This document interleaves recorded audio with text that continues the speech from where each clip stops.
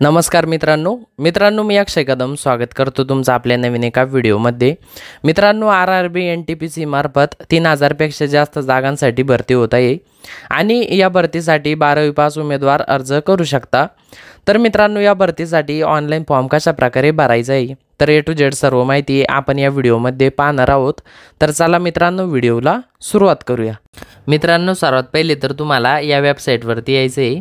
या वेबसाईटची लिंक मित्रांनो तुम्हाला या व्हिडिओच्या डिस्क्रिप्शन बॉक्समध्ये मिळून जाईल। या वेबसाईटवरती आल्याच नंतर तुम्हाला ते स्क्रोल डाऊन करायचं आहे आणि ते लेटेस्ट अपडेटमध्ये तुम्हाला येथे 21 सप्टेंबर रोजी नोटिफिकेशन पडलेलं आहे। तर येथे NTPC अंडर ग्रॅज्युएट पोस्ट तर या ऑप्शनवरती येथे क्लिक करायची आहे। त्यानंतर अशा प्रकारे PDF फाईल येथे ओपन होईल। तर येथे बघू शकता 21/9/2024 ते 20/10/2024 पर्यंत तुम्ही येथे या भरतीसाठी अर्ज करू शकता। त्यानंतर येथे वेगवेगळे पद असणार आहे। त्यामध्ये मग येथे कमर्शियल कम तिकीट क्लर्क, त्यानंतर अकाउंट क्लर्क कम टायपिस्ट, त्यानंतर ज्युनियर क्लर्क कम टायपिस्ट आणि येथे ट्रेन्स क्लर्क अशा 4 येथे पदं असणार आहे। तर या PDF मध्ये मित्रांनो बरेच अशी महत्त्वाची माहिती देण्यात आलेली आहे।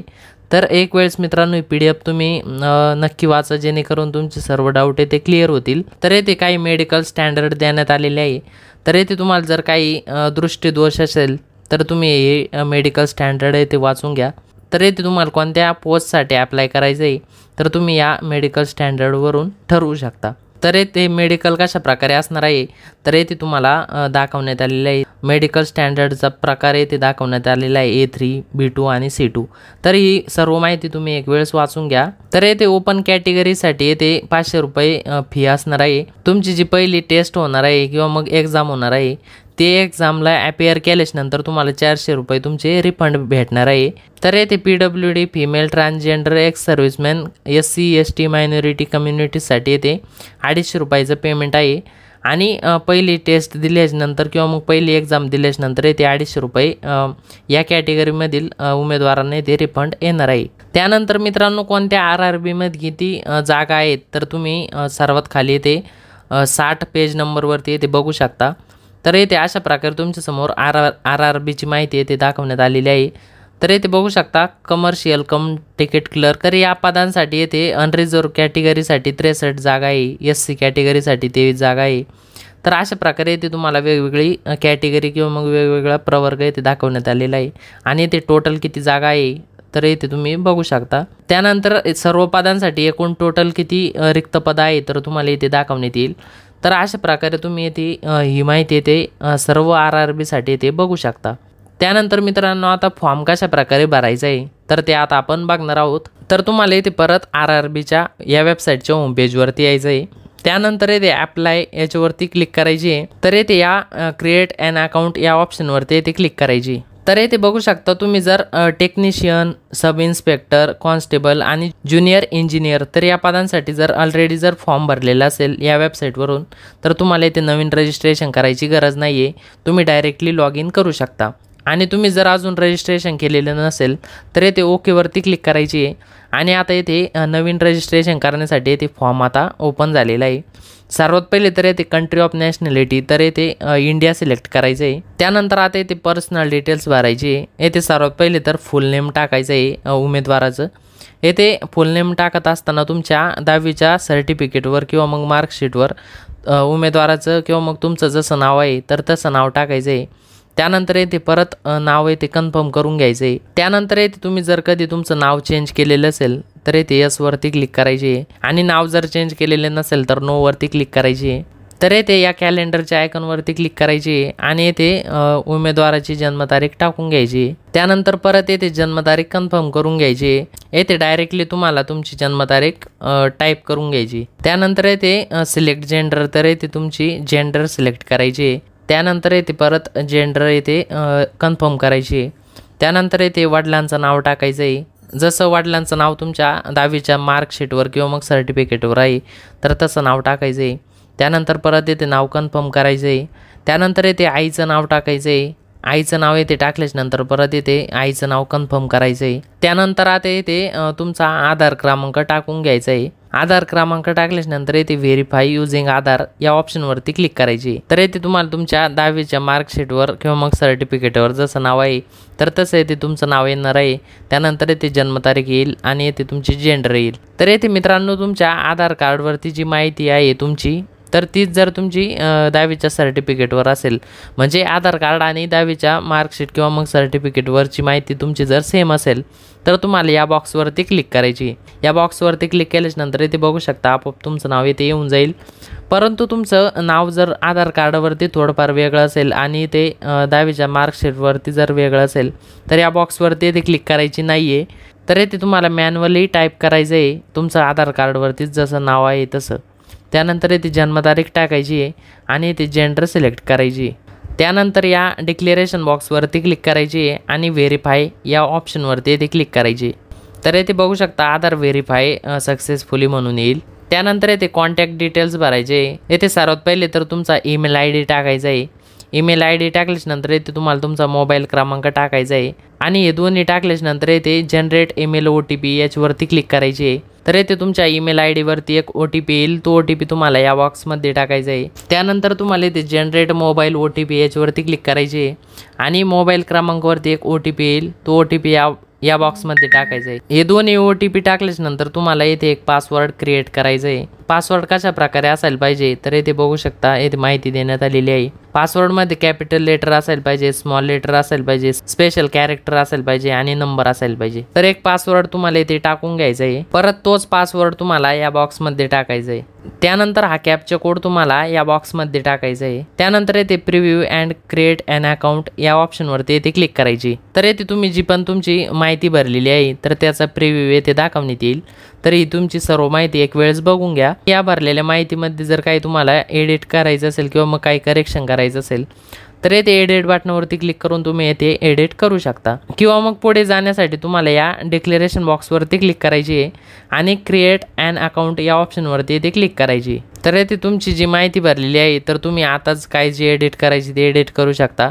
एकदा अकाउंट क्रिएट झाल्यानंतर तुम्ही परत ही माहिती येथे एडिट करू शकत नाही। तर इथे नीट व्यवस्थितपणे सर्व माहिती बघून घ्या। त्यानंतर प्रोसीड बटनावरती क्लिक करायची। तर इथे बघू शकता युजर क्रिएटेड सक्सेसफुली, तर आपलं इथे अकाउंट क्रिएट झालेलं आहे। तर इथे लॉग इन करण्यासाठी इथे तुम्हाला तुमचा मोबाईल क्रमांक टाकायचा आहे। त्यानंतर तुम्ही जो पासवर्ड क्रिएट केलेला आहे तर तो पासवर्ड टाकायचा आहे। त्यानंतर हा कॅप्चा कोड तुम्हाला या बॉक्समध्ये टाकायचा आहे आणि लॉग इन बटनावरती इथे क्लिक करायची। लॉग इन केल्यानंतर तुम्हाला इथे ऑनलाईन ॲप्लिकेशन या ऑप्शनवरती क्लिक करायची। त्यानंतर तुम्हाला इथे स्क्रोल डाऊन करायचं आहे। त्यानंतर इथे बघू शकता अंडर ग्रॅज्युएट पोस्ट म्हणून इथे वॅकन्सी आहे। सर्वात पहिले तर इथे तुम्हाला कोणत्या RRBमध्ये अप्लाय करायचं आहे तर ते RRB येथे सिलेक्ट करायचं आहे। तर येथे माझ्या केसमध्ये मी मुंबई RRBमध्ये अप्लाय करत आहे। तर इथे मुंबई याच्यावरती क्लिक करायचे आहे किंवा मग तुम्हाला ज्या पण RRBमध्ये अप्लाय करायचं आहे तर त्या RRBला इथे सिलेक्ट करायचं आहे। तर येथे जी जाहिरात आहे त्यामध्ये तुम्ही येथे सर्वात शेवटी आल्यानंतर इथे बघू शकता कोणत्या RRBमध्ये किती जागा आहे तर येथे तुम्ही बघू शकता। तर तुमच्या पद्धतीने येथे RRB सिलेक्ट करायचं आहे।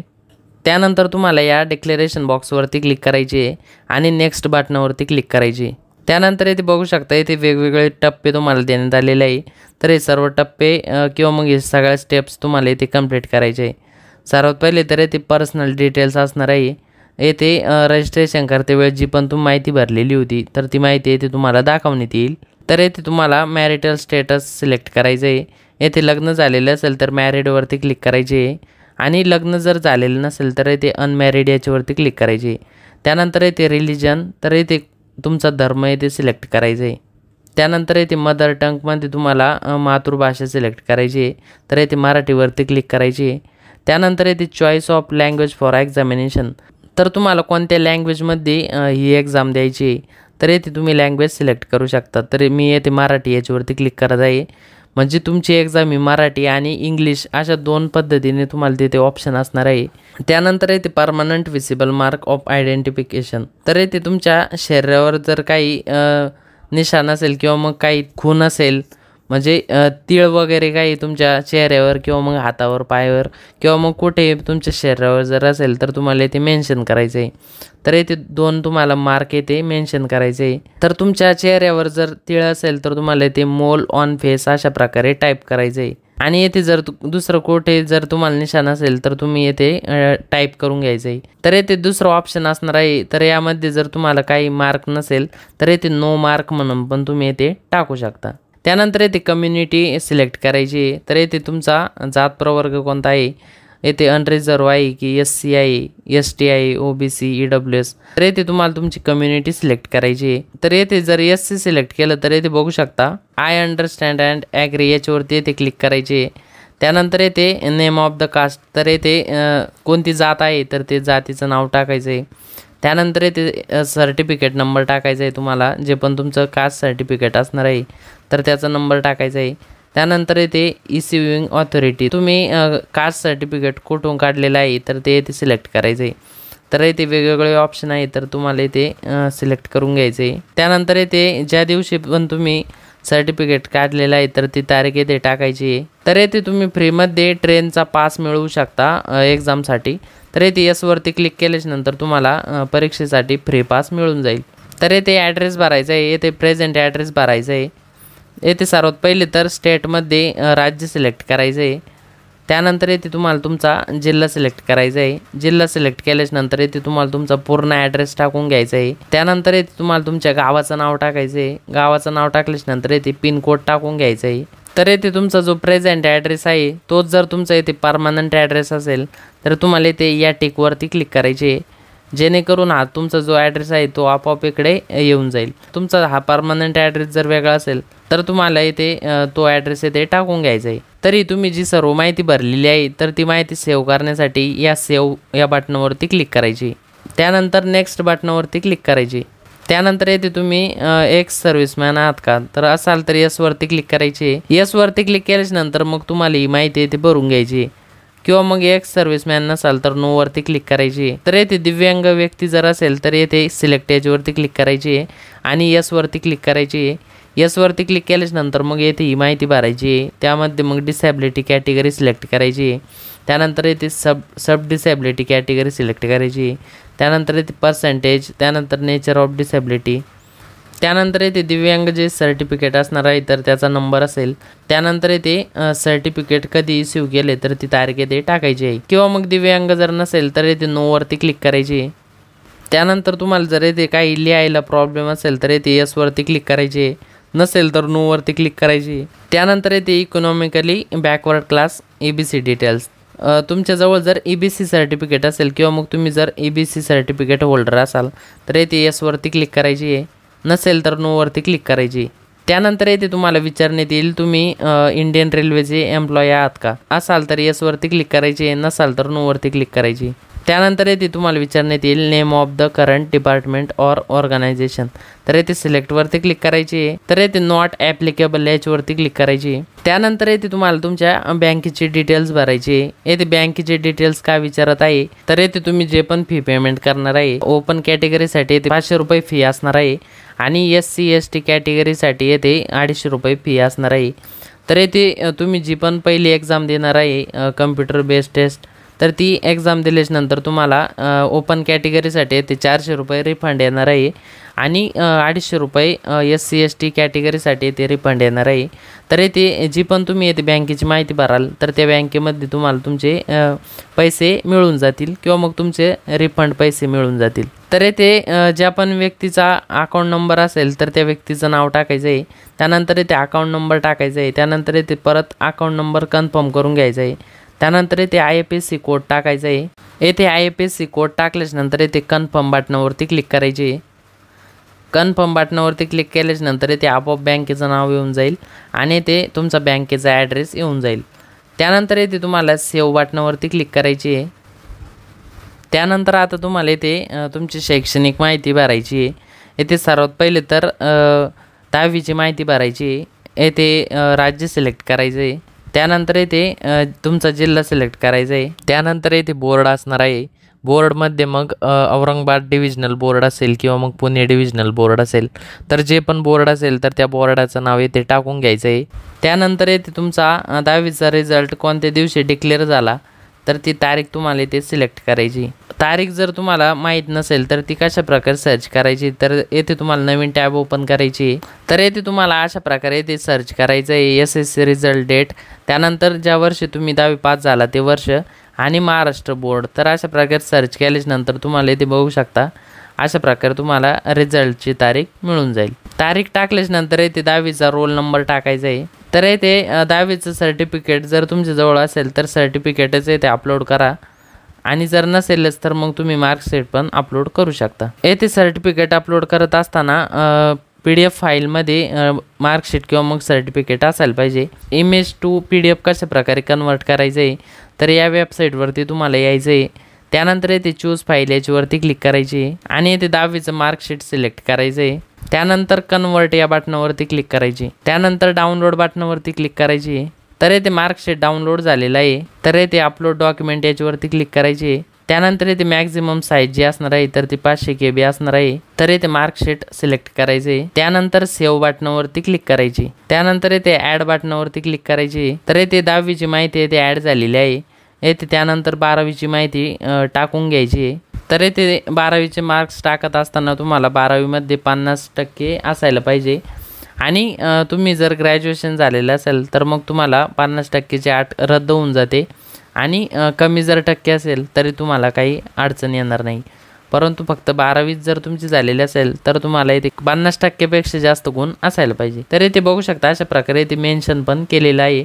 तर इथे 12th सिलेक्ट केल्यानंतर इथे डिसिप्लिन, तर इथे परत 12th याला सिलेक्ट करायचं आहे। त्यानंतर इथे राज्य सिलेक्ट करायचं आहे, त्यानंतर इथे जिल्हा सिलेक्ट करायचं आहे, त्यानंतर परत इथे कोणतं बोर्ड होतं तर ते बोर्डचं नाव टाकायचं आहे, त्यानंतर इथे रिझल्ट डेट टाकून घ्यायची। तर इथे तुम्हाला इंग्लिश किंवा मग हिंदीमध्ये टायपिंग येते का, येत असेल तर इथे येस वरती क्लिक करायची आहे आणि जर येत नसेल तर मग काही पदांसाठी टायपिंग कंपल्सरी आहे, तर तुम्हाला त्या पदांसाठी इथे अप्लाय करता येणार नाही।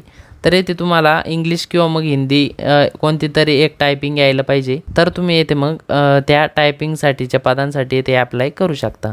तर इथे कोणती पण इंग्लिश किंवा मग हिंदी टायपिंग यायला पाहिजे। तर इथे बघू शकता जाहिरातीवरती पण इथे मेन्शन केलेलं आहे, the candidate should be able to type 30 words per minute in English or, येथे बघू शकता ऑर येथे देण्यात आलेलं आहे, म्हणजे इंग्लिश किंवा मग हिंदीमध्ये तुम्हाला 25 शब्द प्रति मिनिट टाईप करता यायला पाहिजे। त्यानंतर येथे 12वीची पर्सेंटेज टाकून घ्यायचे, त्यानंतर ही माहिती ॲड करण्यासाठी ॲडवरती क्लिक करायची आणि तुमचं जर येथे ग्रॅज्युएशन झालेलं असेल तर येथे बॅचलर्स डिग्री याला सिलेक्ट करायचं आहे। त्यानंतर येथे डिसिप्लिनमध्ये बॅचलर्स डिग्री सिलेक्ट करायचं आहे। त्यानंतर येथे सबस्ट्रीममध्ये तुम्ही कोणत्या स्ट्रीममध्ये येथे डिग्री घेतलेली आहे तर ती स्ट्रीम येथे सिलेक्ट करायची। येथे सायन्स, आर्ट्स, कॉमर्स जे पण तुमचं स्ट्रीम असेल तर ती स्ट्रीम येथे टाकून घ्यायची। त्यानंतर येथे राज्य सिलेक्ट करायचे, त्यानंतर येथे जिल्हा सिलेक्ट करायचे, त्यानंतर येथे कॉलेजचं नाव टाकून घ्यायचं आहे किंवा मग युनिव्हर्सिटीचं नाव टाकून घ्यायचं आहे। कॉलेजचं नाव टाकल्यानंतर मग येथे रिझल्ट डेट टाकून घ्यायची, त्यानंतर येथे ॲड या बटनावरती क्लिक करायची। तर इथे बघू शकता ही सर्व एज्युकेशनल डिटेल्स इथे ॲड झालेली आहे। तर इथे तुम्ही जी पण माहिती भरलेली आहे तर तुम्ही एक वेळेस ही माहिती बघून घ्या, काही जर चूक झालेली असेल तर इथे एडिटच्या बटनावरती क्लिक करून तुम्ही माहिती एडिट करू शकता। डिलीट करण्यासाठी या डिलीटच्या ऑप्शनवरती क्लिक करून डिलीट करू शकता। त्यानंतर इथे नेक्स्ट बटनावरती क्लिक करायची, त्यानंतर तुम्हाला इथे स्क्रोल डाऊन करायचं आहे आणि इथे फोटो आणि सिग्नेचर अपलोड करायचे आहे।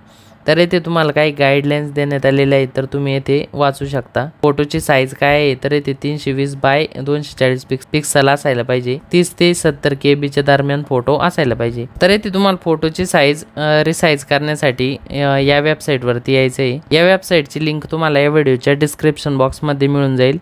येथे सिलेक्ट फाईल याच्यावरती क्लिक करायची आहे आणि तुमचा फोटो येथे सिलेक्ट करायचा आहे। तर येथे विड्थमध्ये 240 टाकायचं आहे आणि हाईटमध्ये 320 टाकून घ्यायचं आहे।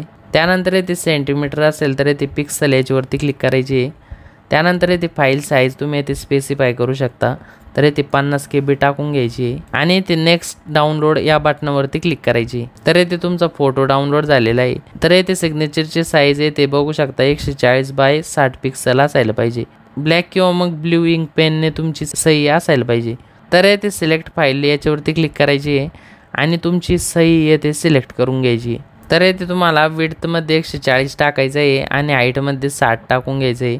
त्यानंतर येथे पिक्सल सिलेक्ट करायचं आहे। त्यानंतर येथे फाईल साईजमध्ये 50 KB टाकायचं आहे आणि येथे नेक्स्ट डाउनलोड या बटनावरती क्लिक करायची। तर येथे सही पण डाउनलोड झालेली आहे। तर येथे फोटो अपलोड करण्यासाठी ब्राउज बटनावरती क्लिक करायची आहे आणि तुमचा फोटो येथे सिलेक्ट करून घ्यायचा आहे। फोटो सिलेक्ट केल्याच नंतर मग येथे बरोबरच्या टिकवरती क्लिक करायची। त्यानंतर सिग्नेचर अपलोड करण्यासाठी या ब्राउज बटनावरती क्लिक करायची आणि येथे सिग्नेचर सिलेक्ट करून घ्यायची। येथे सही तुम्ही ॲडजस्ट करू शकता। त्यानंतर बरोबरच्या टिकवरती क्लिक करायची। फोटो आणि सिग्नेचर अपलोड केल्याच नंतर येथे सेव्ह बटनावरती क्लिक करायची आणि नेक्स्ट बटनावरती क्लिक करायची। त्यानंतर येथे पदांसाठी प्रेफरन्स द्यायचे आहे। तर येथे तुम्ही जे पण RRB सिलेक्ट केलेले आहे तर तुम्हाला येथे त्यामधील पोस्ट दाखवण्यात येईल आणि तुम्ही ज्या पण पोस्टसाठी ते एलिजिबल आहात तर त्या पोस्ट तुम्हाला येथे दाखवण्यात येईल। तर येथे तुम्हाला कोणत्या पोस्टसाठी पहिलं प्रेफरन्स द्यायचं आहे तर ती पोस्ट येथे सिलेक्ट करायची। तर येथे पदांसाठी प्रेफरन्स देत असताना येथे मेडिकल स्टँडर्ड असणार आहे। तर येथे तुम्हाला जर दिसायला काही प्रॉब्लेम असेल तर तुम्ही येथे हे स्टँडर्ड येथे बघून घ्या। तर येथे बघू शकता ज्युनियर क्लर्क कम टायपिस्ट यासाठी C2 मेडिकल स्टँडर्ड असेल आणि अकाउंट क्लर्क कम टायपिस्ट यासाठी C2 मेडिकल स्टँडर्ड असेल। तर तुम्ही मग हे प्रेफरन्स पहिले द्या। त्यानंतर मग B2 साठी प्रेफरन्स द्या, म्हणजे या कमर्शियल कम तिकीट क्लर्कसाठी द्या आणि त्यानंतर मग ट्रेन्स क्लर्क A3 मेडिकल स्टँडर्डसाठी सर्व शेवटी येथे प्रेफरन्स द्या। तर मित्रांनो ही PDF एक वेळेस नक्की वाचा जेणेकरून तुमचे सर्व डाऊट्स ते क्लिअर होतील। तर येथे तुम्हाला प्रेफरन्स देण्यासाठी या प्लस बटनावरती क्लिक करायची। येथे प्रेफरन्स देत असताना तुम्ही ज्या RRB मध्ये अप्लाय करत आहात तर त्या RRB मध्ये किती जागा आहे त्यानुसार तुम्ही येथे प्रेफरन्स द्यायचं आहे। तर येथे अशा प्रकारे प्रेफरन्स दिल्याच्या नंतर तुम्हाला या डिक्लेरेशन बॉक्सवरती क्लिक करायची आहे। त्यानंतर या दोन्ही डिक्लेरेशन बॉक्सवरती क्लिक करायची आहे आणि येथे प्लेसमध्ये तुम्हाला तुमच्या गावाचं नाव टाकून घ्यायचं आहे जेथून तुम्ही हा फॉर्म भरत आहात। त्यानंतर येथे सेव्ह बटनावरती क्लिक करायची आहे आणि प्रिव्ह्यू ॲप्लिकेशन याच्यावरती क्लिक करायची। त्यानंतर तुमच्या फॉर्मचा प्रिव्ह्यू येथे तुम्हाला दाखवण्यात येईल। तर येथे काही जर चूक झालेली असेल तर तुम्ही एडिट बटनावरती क्लिक करून हा फॉर्म आहे ते एडिट करू शकता। त्यानंतर तुम्हाला या बॉक्सवरती क्लिक करायची आहे आणि येथे सबमिट बटनावरती क्लिक करायची। तर येथे फॉर्म सबमिट केल्याच नंतर तुम्ही कोणत्याही प्रकारचे येथे करेक्शन करू शकत नाही। तर येथे सबमिट बटनावरती क्लिक करायची। त्यानंतर येथे तुम्हाला 500 रुपयाचं पेमेंट करायचं आहे किंवा मग तुमच्या केसमध्ये येथे 250 रुपये पण असू शकता। तर येथे पेमेंट करण्यासाठी मग येथे दोन ऑप्शन दाखवण्यात येईल। येथे पे विथ रेझर पे आणि पे विथ पे यू। तर या कोणत्या पण एका ऑप्शनने तुम्हाला येथे पेमेंट करायचं आहे। तर येथे पे विथ रेझर पे याच्यावरती क्लिक करायची। त्यानंतर येथे पेमेंट करण्यासाठी तुम्हाला येथे वेगवेगळे ऑप्शन दाखवण्यात येईल। येथे UPI ने पेमेंट करू शकता, QR कोडने पेमेंट करू शकता, कार्डने पेमेंट करू शकता आणि नेट बँकिंगने तुम्ही येथे पेमेंट करू शकता।